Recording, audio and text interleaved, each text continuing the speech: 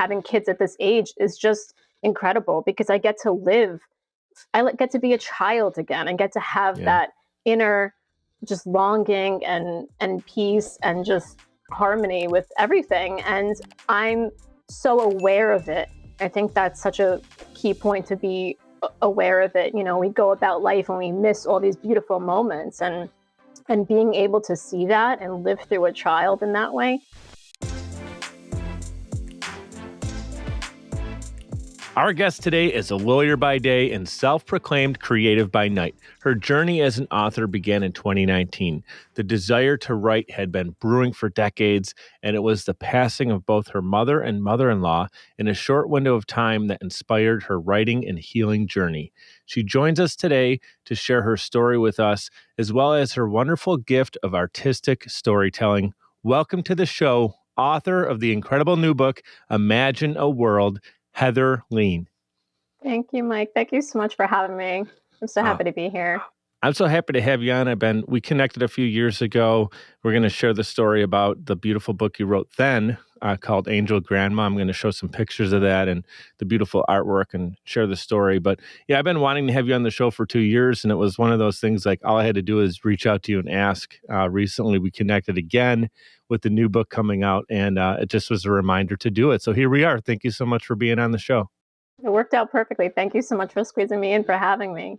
Absolutely. Hey guys, if you're tuning in, listening to this on Apple, Spotify, your favorite app, or if you're tuning in on YouTube, realize that all the links are clickable in the show notes to Heather's website, which is heatherlean.com, and her social media as well. I want to start things kind of, talking about you first. We'll talk about the books that you've written and some of the amazing stories that have come from that, both your personal story and literally the stories that you've written.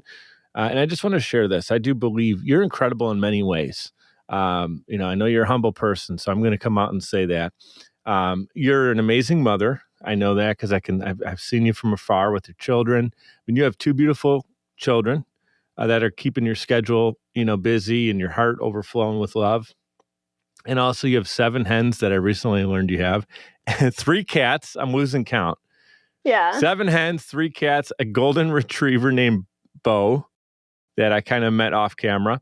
And so what I want you to do to start the show off right is to give your family a proper shout out and then share how they've actually inspired your career as an author.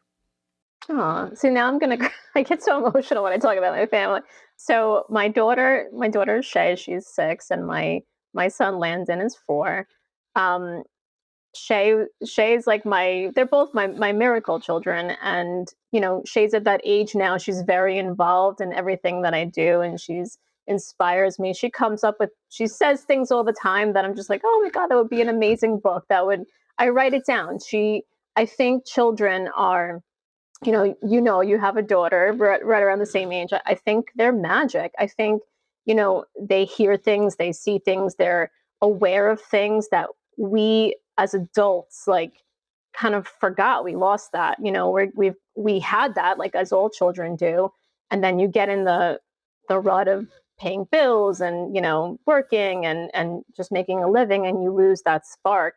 And I think my children just being in this moment and this just evolving in my own life and having kids at this age is just incredible because I get to live. I get to be a child again and get to have that inner just longing and peace and just harmony with everything. And I'm so aware of it.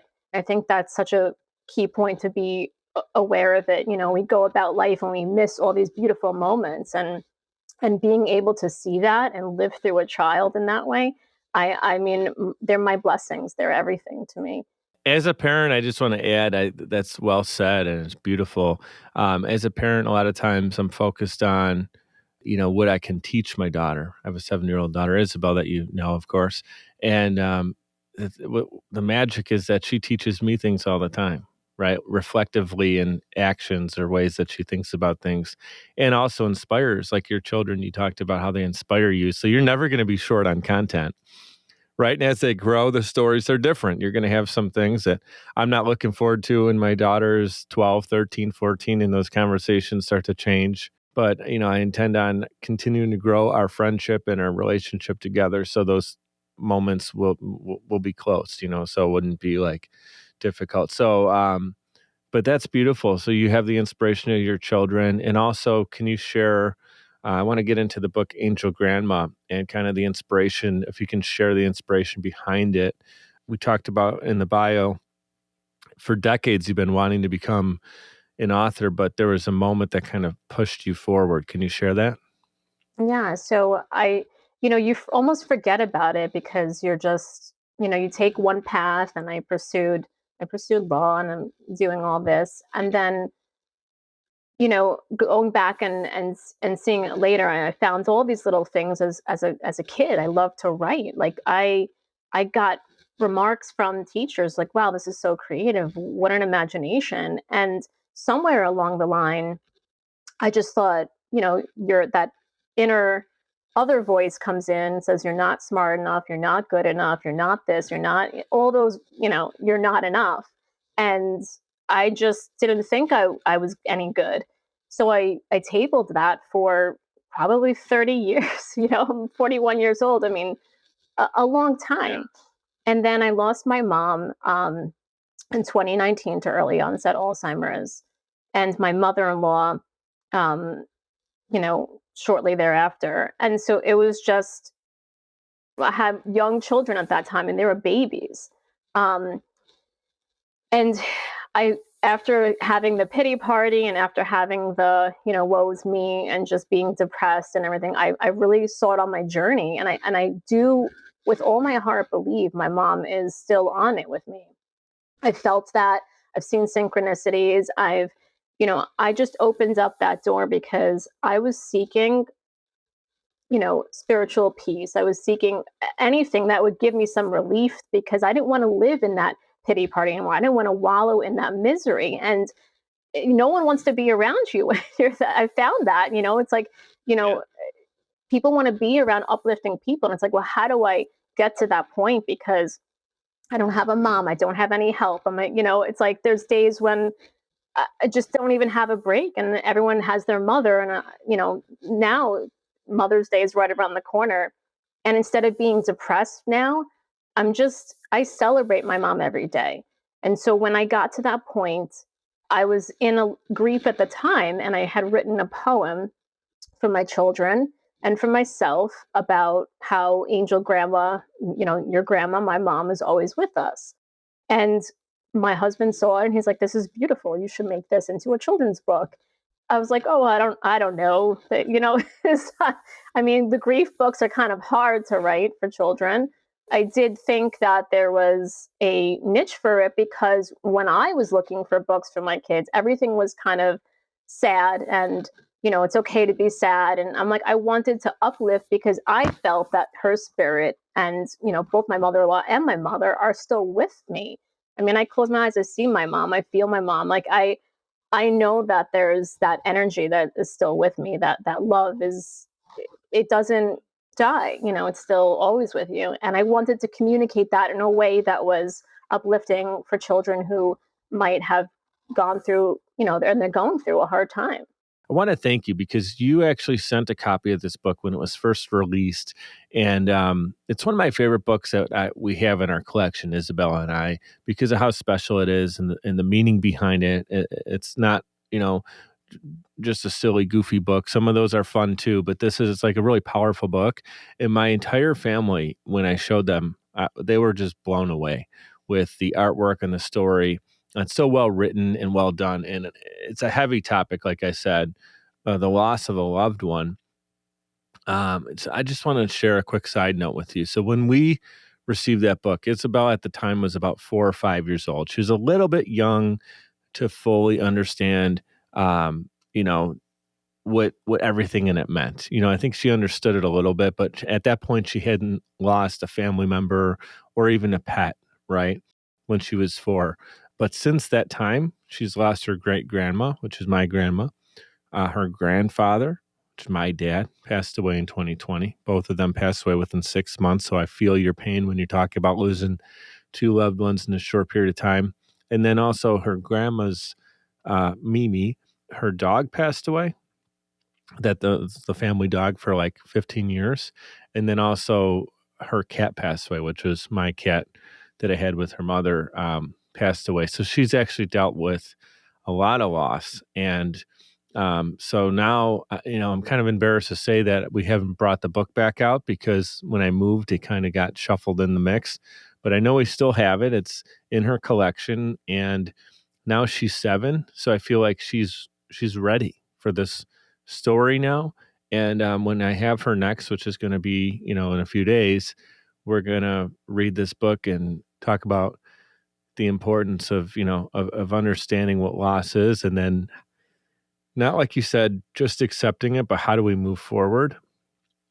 And one of the things I remember in the book is it always talks about like, isn't there a page where you talk about the butterflies and like, hey, have you ever seen a butterfly? What does it mean to you? That kind of thing where you're tying it into the person that you're mindfully remembering and realizing that they're with you in the moment. And then it kind of asks the question to the reader, like, have you thought about this? Or what do you think about this? So I absolutely just wanted to take this one-on-one time with you to properly thank you for that book. It's a staple in Isabel's collection. Thank you, Mike. Yeah, I mean, whenever I see that, my heart goes to the children because I have young children, and my daughter is the girls are just very connected to all of that. My son is a little young, but he's like happy-go-lucky and stuff. My daughter's very emotional, and she's just very intuitive, and she'll ask questions all the time. So, and it's funny, the upgraded edition. I don't know if I sent you the upgraded edition, but I will send you the updated the second edition too. It's from the publisher, Puppy Dogs and Ice Cream, and I hid a little feather on every single page. I don't tell them that, but it's kind of like a symbolic thing. Then you find a feather in the picture, and it's just like without showing the angel on each page, because I wanted kids to not be the first edition of my book. I actually put an angel, some in the pictures, and my daughter, being very cognizant of these things, she's like, "How come I can't see the angel?" And I don't want kids to be upset that they can't see the angel, so I put little symbolic references to the angel being there with them, even though they're not. So the artwork is actually updated too to support the story as kind of the way you want it to be felt. The thing is, as a parent, again, remember every kid is different as far as their readiness for something like that. Like your daughter's really intuitive and maybe like already deep thinking at a young age, and I think everybody kind of like is ready for that moment at a different age. So like obviously when you read, I would suggest to parents read it first, and then see what you think as far as going through um, with your child. I mean, another author I had on recently who I actually shared her interview for you to come on the show and kind of get a feel for it. Carol Mack. Carol Mack wrote a story knowing that her son, who was only 18 months old when he passed away, she wrote it while he was still alive and read it to him. But he was, maybe 10 months old, a year old at the point. So he wasn't really understanding the story, but she wrote it for him, and it's become, a bestseller. And she's been on many shows, including Mic'd Up, to share the story. And it's something that helped her work through it, and it's helping many parents work through the loss of a child. And your book is helping people work through the loss of a loved one. So Angel Grandma's the grandma is actually your mother, is based on the loss of your mom, which is the grandma of your children. So that is really powerful. Kind of move it to a little bit of a lighter topic, but then I wanted to make sure we gave that book the love and the floor for a moment, because it's really a special, like, I've been honored to have a lot of books come my way from authors on the show. And that one was the one that kind of had me like turn my head a second time, like, this is really a special book. So wanted to give you that extra love. But now you're on your 11th book. I talk about 2019 getting started, and we're only a couple years later, and you have 11 books out now. Imagine a World. Hold it up so we can see it. It's currently on Kickstarter. The book shows children. I just want to kind of give people the setup and have you talk about it. But it shows that children, it teaches them many different ways to express themselves, right, through using their imagination, art, poetry, and most importantly, that there's no wrong way to do that. So I'm pumped to get the book and share it with Isabel. Can you talk about the creative process behind coming up with this idea and actually turning it into what it is today? Yeah, so it's so funny. My co-author, one of my best friends, she's also a children's author.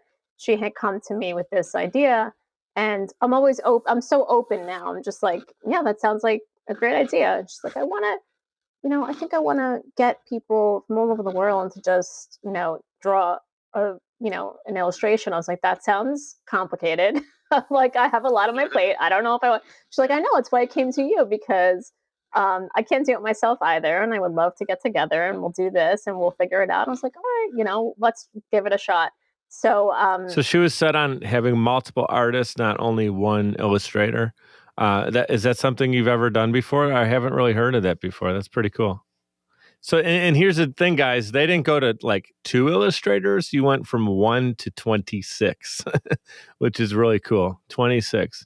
and it just kept coming. She's like, let's just make a list of all these intentions. And it was at a time when it's still a time when the world is hard, and for a lot of people, a very difficult, trying time. And I know, like, you stand for this premise. It's like, to get the good out there, to be grateful, to be kind. And at a time when there's so much negativity, the negativity is so much louder than the positivity. We're like, we want to put something out there that's positive, that gets all of these different creatives together to, like, because we know when we're in our moments of writing and expressing ourselves on paper, we're like in pure bliss. Like, time stands still. We're at peace.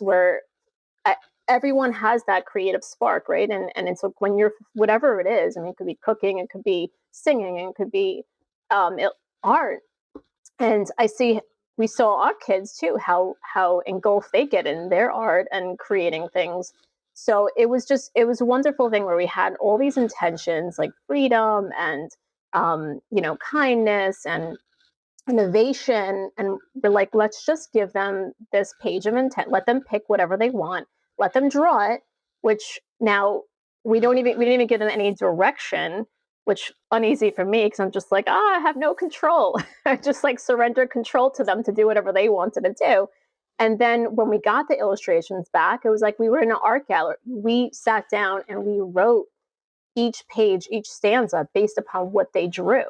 And that's kind of like the opposite how it works in the children's book world. Like, you give your manuscript and then someone illustrates it. But here we had 26 different creatives doing all different things. And we really just were so inspired by their artwork. I mean, it's all different. It is like going to an art gallery where a lot of kids don't maybe get to experience that.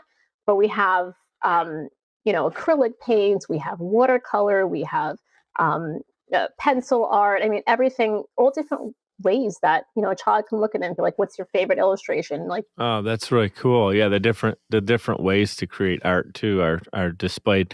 So when I was doing a little research on the book, one of the things I thought was cool is that each of these illustrators picked a different word, and they kind of they did a piece of art based on the word that can educate. So did you even give them the word, or did they just kind of come up with that as well? we gave them a list. So this is just like, this is one of my like favorite. I mean, she has like such a pretty. This is freedom. Yeah, because that was a big one for me this past couple of years. And this one is hope. Just imagine a world full of hope. And I think so much of it is, you can be living in this world of just peace and abundance, or you can be living in a world of fear and everything else going on. And we want to exemplify what these words mean. So, like, peace, hope, freedom, we can imagine that, we can live in that. And it's all just in your mindset, right? But without getting like so heavy on the mindset and everything, we want people to turn the pages, see the illustrations, feel, what does that mean to you? What does hope look like to you? What does freedom look like to you? It allows us to have those conversations with our children without it. There's two things that can happen, that I experience as a parent, like coming to your child and saying, hey, we're going to have the sit down Danny Tanner style. And like, I have to deliver this big talk to you, Michelle Tanner. And like Isabel looks at me like, really? Or there's the, hey, we're reading this story and it says, imagine a world of hope or imagine a world of freedom. Hey, let's talk about freedom. And there's this cool book behind it. She's way more willing to start having a conversation than if I was like, hey, there's this bad stuff going on in the news and we need to talk about freedom today. Sit down and let's do education. So books are a great way to have beautiful conversations with your children. And this has 26 amazing concepts that can open that door for people with their kids. And it's really, really like absolutely breathtaking artwork here. Thank you. Yeah, we were so happy. And it's just funny, a big lesson for me was relinquishing that control. I'm a lawyer by day, so I like to control things. And then being in that creative space where you can't control and manipulate every little thing. You have to have that openness to experience, to dabble in things. Art is messy. You can't. I know with my kids, when I go in the room and they're painting, I'm just like, oh my god, don't paint the walls. It's like unnerving a little bit because you're just like, all right, just paint over here in this neat little space, and you can't. It's not like that. So I think as an author, going to them, my co-author Leah, she's very like a free spirit, and she's rubbed off on me a lot. But I was like, are you sure you don't want to give them any direction? And she's like, no, I just think that, it's going to be so much better. If they just have freedom to express whatever they want. So it came out beautiful and it was just easy. And it's like, I think there's such a big lesson in that, because just in life, we try to control everything and we get uneasy when we can't control the outcome.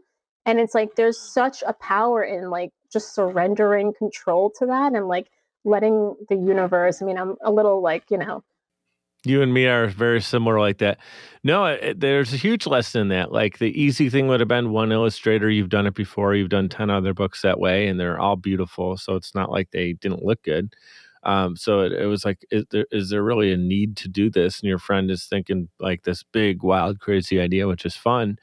But you're thinking, okay, well, I've done this before 10 times. I know how to execute it at a high level. But the fact is, I love that you had an open heart to say, let's try this. This is different. It's unique. It's going to challenge us. But in that challenge, you got something now that's even more beautiful that with one illustrator, I'm sure the book would have been great. But now you have 26 different perspectives. You have different art styles. You have different materials used to create the art that you can talk to with your kids about. We already talked about the different styles of pencil drawings versus finger paints versus, all kinds of different style painting that you used or that the artist used in this book, watercolors, you name it. And so that challenge became the beauty of the book, which is the whole purpose of the book. Imagine a world of creativity. Like the fact that you did that, you're asking people to imagine this world, but you're like, but our actions are showing that we're imagining the world and we're creating it as we're talking about it, which is really, really cool. So here's what we're going to do. Take a quick timeout. It's only 2 minutes. We're going to show some love to our sponsors. We're going to be right back with Heather. She's going to share more about Imagine a World. We'll be right back. Podcasting is a great way to engage with your audience and stay consistently relevant. The only problem is you don't have the time or desire to produce your own show. You simply want it done for you, and that's where Social Chameleon comes in. All you need to do is press record and upload the files. We'll handle the rest. From planning, production, post-production, distribution, and digital marketing, we have you covered. We realize that times are tough and funds are tight, and Social Chameleon believes in building supportive business relationships. By clicking on the link in this promo, we'll provide you 7 free podcasting tips to get started, as well as a free 30-minute online consultation. This is the perfect opportunity for entrepreneurs, keynote speakers, industry experts, influencers, and anybody who has a personal brand. With Social Chameleon, we help you build a brand that is out of this world. We're ready and waiting, so what are you waiting for? Click on the link to get started today. Hey guys, it's Mike. I'd like to give a proper shout out to Navigator Bookkeeping. Look, for a long time, I ran my business without really understanding the full financial picture. I used my gut and my bank account balance to make decisions, which led to some poor choices and constant stress over my business's finances. I knew something needed to change. At the beginning of 2021, I made a decision that helped pave a more clear path for my business. I started working with Navigator Bookkeeping. Since then, my bookkeeping has been handled for me.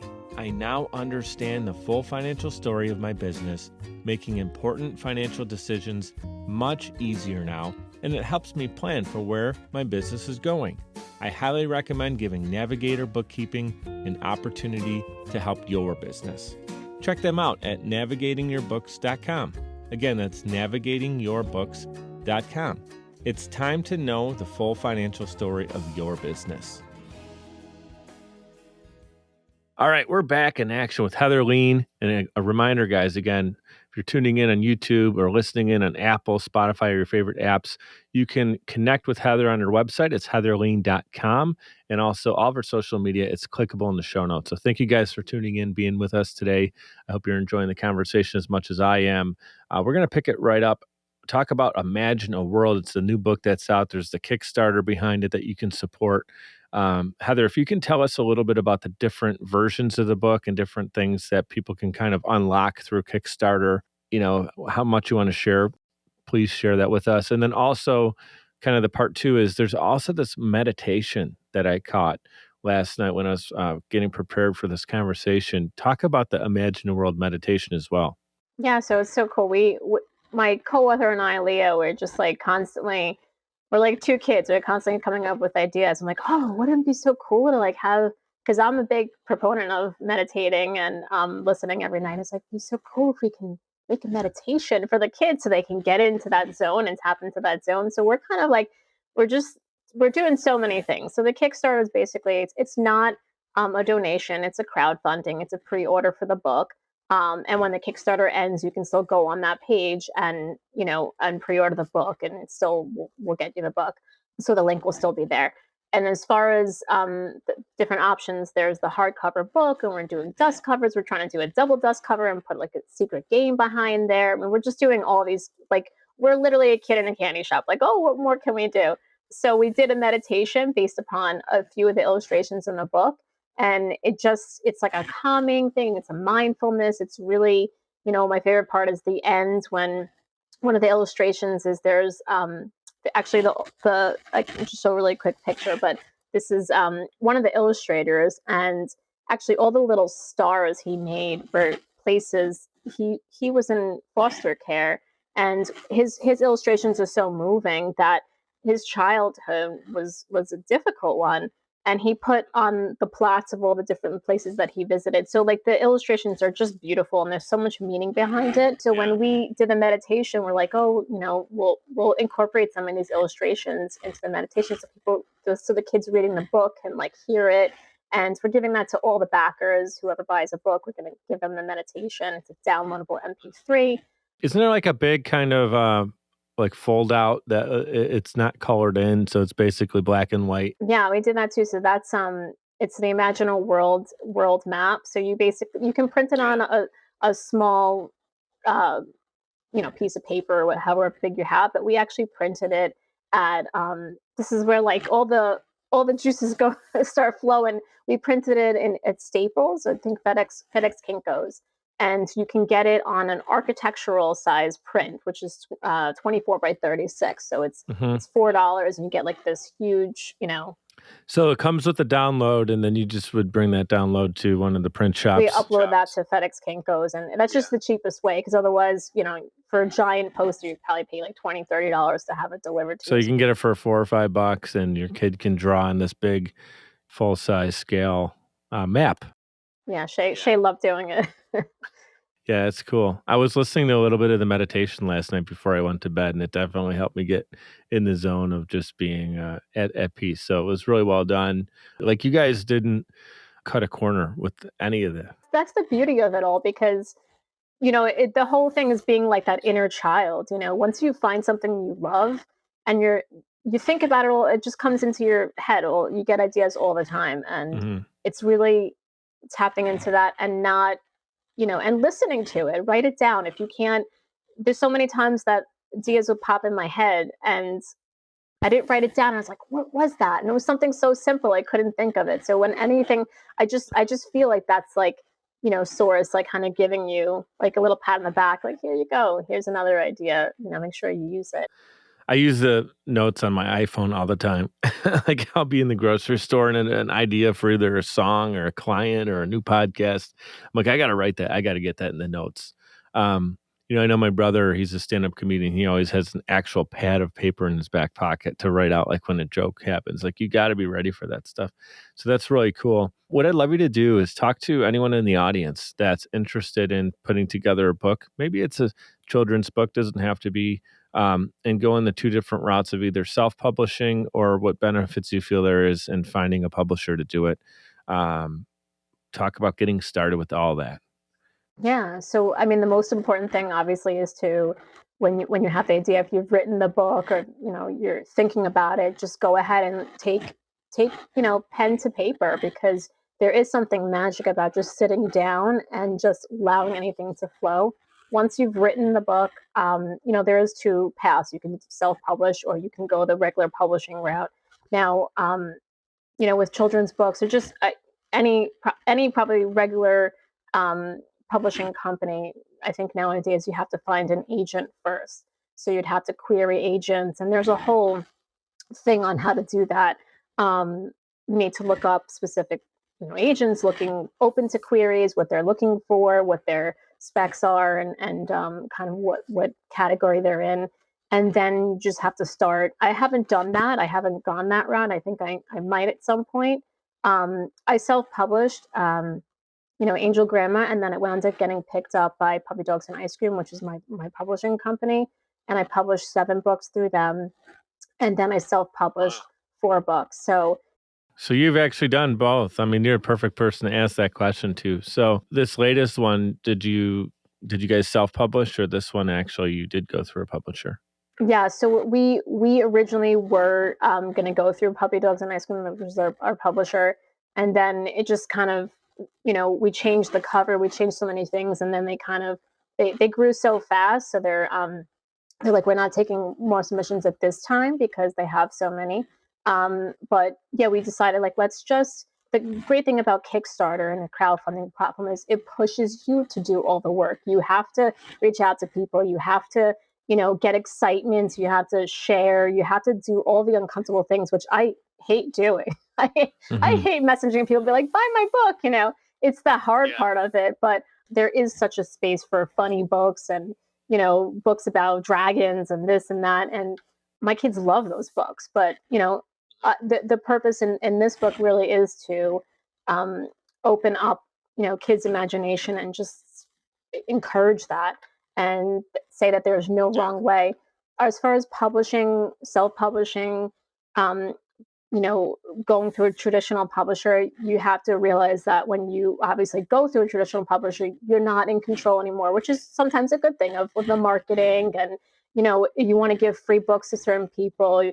There's only so much you can do. So you do have a lot more ownership and control when you self-publish. What are some of the downsides of it, though? Yeah, of self-publishing. You have to learn, unfortunately, I mean, most people go the way of just uploading it onto Amazon, which is, you can do KDP, which is a print on demand. And there's very little risks in that because you're not printing 10,000 books and storing in an inventory, but you're one of probably millions and millions of books now on Amazon. So you have to advertise, you have to learn Amazon ads, you have to, learn how to market and reach out to influencers and do all that. So there is obviously a trade-off. You get more per book as far as royalties, but you're doing a lot more work. So for a lot of my books, is Angel, Grandma, and Grandpa, we've sold, through Puppy Dogs, like probably over 10,000 copies, 15,000 copies. But to me, I was like, I want people to get that message out, and I'd be a lot more effective if I could help a lot more children if I partner with them.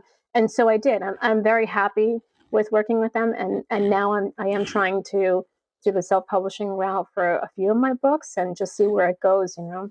Yeah, I think it's awesome, and also I'm sure the lawyer in you knows that is very process driven and knows the different things that you can and cannot do in that situation, or making sure you're taking care of the legalities behind it and the copyrights and all that good stuff. What I would encourage anyone who's listening that's interested is the answer is yes, get started. You can figure out which road you're going to go down once you actually get started, get the story written, research how you want to get it done. There's a lot of resources out there. We got this thing called the internet. But I'm really glad that you spoke on that, Heather, because you didn't, you're not saying right or wrong. You're not saying need a publisher. You're not saying always self-publish. Like, you've chosen times when you wanted to work with a publisher. So I think that's beautiful to realize that there's pros and cons in both. There's no right or wrong answer. Really, really well said. I feel the same way about podcasting. I run a podcast agency. We're the right fit for many clients that are going to fit in our avatar. But then there's also some people that it's like, hey, that's more of a, hey, you want to publish this yourself, and that's really kind of the fit for you, and you're willing to do it, and you have the time and the energy and the know-how, and the things you don't know how to do, you want to just learn how to do them yourself, and you can do that because you have the time available. Then I'd rather have them do a one-on-one course with me, crash course. I teach them everything they need to know, and they can go off and run with it. But most people are going to choose the kind of the publisher of, we want you to do it all for us. We just press record, you do the rest. Is there anything yet that we haven't uncovered that you kind of came here today saying, oh, I hope he asked me about this, or we can talk about that? Anything come to mind that you just want to get out there to the world? I think we tapped into a lot. I mean, I think a lot of what my journey now is just like you said, just start, just get going. The lesson I learned from my mom passing on so young is that you can't wait, 20 years. You can't wait for retirement. You can't wait for one day, because one day might not happen. One day. I mean, I think we're seeing that a lot, and whatever it is, just you get that little warm fuzzy feeling like, oh, I want to do this. Just do it. It's like, I know we're sometimes limited by our jobs and our family and everything else, but find a time, find a way. There's times when I'm up till like midnight, 1 o'clock in the morning doing things, because that's when I can get it done, when the kids are sleeping, and I can focus, and I can, sure, I'm tired, but when you're passionate about something, when you love it, you make time for it.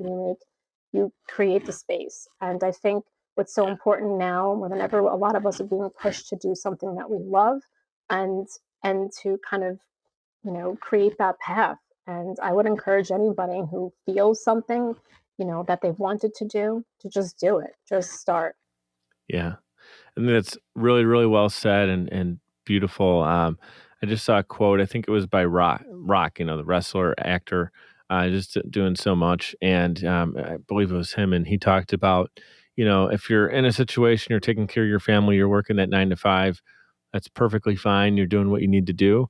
But there's no like coming home and saying, oh, I'm too tired to work on my dream. Like, when you have that energy and you're really, really energized about doing something great with yourself and serving in some way, like you are through your books, or with me with podcasting, you have that extra energy, and it gives you that fuel that you can burn a little bit longer on those days when you're putting into it. So, the call to action for the audience is, what is that burning thing? If you're not doing it yet, identify it, take action on it, and you too can be, like a Heather who created these beautiful now 11 stories, someone like myself, someone like the other 130 plus guests that have been on the show that have found their lane and are really paving the way with it.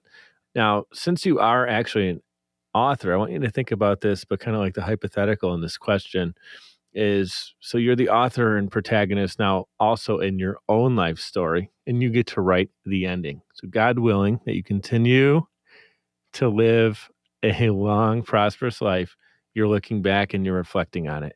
You get to define your legacy. What would that be? I think that's a powerful question. I just want everyone who comes across my books and comes across my work to leave with a feeling of, you know, what it, love, hope, just I just wanted to positively impact people through that, and in my life, just give so much to other people, to to children, is that whole saying, like, become more childlike. I see kids and I just want to help them, so like it's through orphanages and through charities. And I just want people maybe to say, like, she's made an impact, she's made a difference. And you don't see that maybe like in your life, but then some every once in a while someone will just say, like, I love what you're doing. It's inspiring me to do that. So even if just one person, as far as my life, what I want to look back and write the ending, I just want to wake up every day and just, be inspired. I think there's a certain point where maybe I can, I love my job, but like I would just become a children's author. I would just write books and do this and just be happy and content for the rest of my life, and do that. And it's just pure bliss for me. I'll say, like, I feel that. I know that. I knew that even before we started recording this interview today because I've seen your work and we connected a couple years ago, and I got to actually hold the Angel Grandma book and experience that. What I love most about doing this podcasting is connecting with people who are already, that's not just a question that you answer and say, my legacy is XYZ. It's living it and doing the things and actually doing what you say you're doing, and already taking action on those dreams. You've done it 11 times already and you're 41. So, God willing, you have many more opportunities to write more books. And I know that your stories are impacting people because they're really well written, beautiful illustrations, and stories that have more than just a laugh, more than just a cute story. There's some big stuff that happens when you read the books, or it's inspiring imagination. Who knows where that 8-year-old kid, that 5-year-old kid that's coloring, drawing, doing the activities in this book, where they're going to be when they're 25, because they started to unlock some of their things. So you definitely are going to have a huge, call it, footprint on the creativity and beautiful things that come from your book. So I know that you're already doing that. So continue to do it, and you absolutely will achieve that beautiful legacy. And also, there's a legacy of being a great mama bear, and I know you're doing that part of it too. I'm trying. Thank Yeah. you. So, any last words you'd like to say before you get back to your family? That's probably on the other side of the the office there. That's all waiting for you. Because I know when mom disappears for an hour, things start to go sideways. So they're probably all waiting for you. I'm just happy. I just want everyone to find that, like that love for whatever it is that drives them. And I think for me, I found it by accident, and then I realized through the help of some people that came into my life, this is what you should be doing. I kind of needed like a reassurance. So I guess anyone who's listening that knows, you know, that moment that you feel this joy, like I said, it could be cooking, it could be, being a comedian, it could be all these things. Like when you're in that zone and you feel it and you get like all warm and fuzzy, like that's what you should be doing, even if it's, like you said, you're doing your 9 to 5 for now until that gets going. But it's so important because that inner voice that's telling you, like, this is what you love, go do it and find a way to do it. And that's what I'm teaching my daughter. I'm like, yes, she's very smart. She's excelling in reading and everything. But I'm like, you don't have to be a doctor. You don't have to be a lawyer. Please don't follow my footsteps when it comes to going to law school. Yeah. And that'll change so many times, right? It'll continue to. No, that's true. That's true. This was a fantastic interview. You did such a great job today with sharing your story and also tying it back to people being able to connect with what their big purpose is. It's a huge word I talk about all the time, your purpose, and you're living it out, and you're a great example of it. So I just want to say thank you for your time. Love your books. Looking forward to getting the new one and reading that with Isabel. And I'll make everything clickable, as I mentioned in the show notes for our audience. Thank you for your time. I'll let you get back to your family. Thank you, Heather. Thank you for having me. I'd like to give a huge shout out to everyone for tuning in, especially those who listen all the way to the end to hear this message. Seriously, I appreciate you, and my guests do as well. Giving a quick reminder to subscribe to this show. It's completely free and will allow you to receive notifications when new episodes are released. If you'd like to provide a tip as a gift, you can do so via patreon.com/MikeDup. It's spelled MIKED up. Patreon.com/MikeDup. You can give as little as $1 per month or as much as you'd like. Every dollar is greatly appreciated and completely unexpected. Appreciate your reviews and your messages coming in on social as well. Keep them coming. Your feedback is valuable and absolutely means the world to me. You can check out more episodes and content at mikeduppodcast.com. We're powered by Social Chameleon. You can also follow me on Instagram. That's where I'm the most active, and it's at Mike DiCioccio, MikeDiCioccio. Thank you so much for your continued support. You guys know what to do. Be great and be grateful.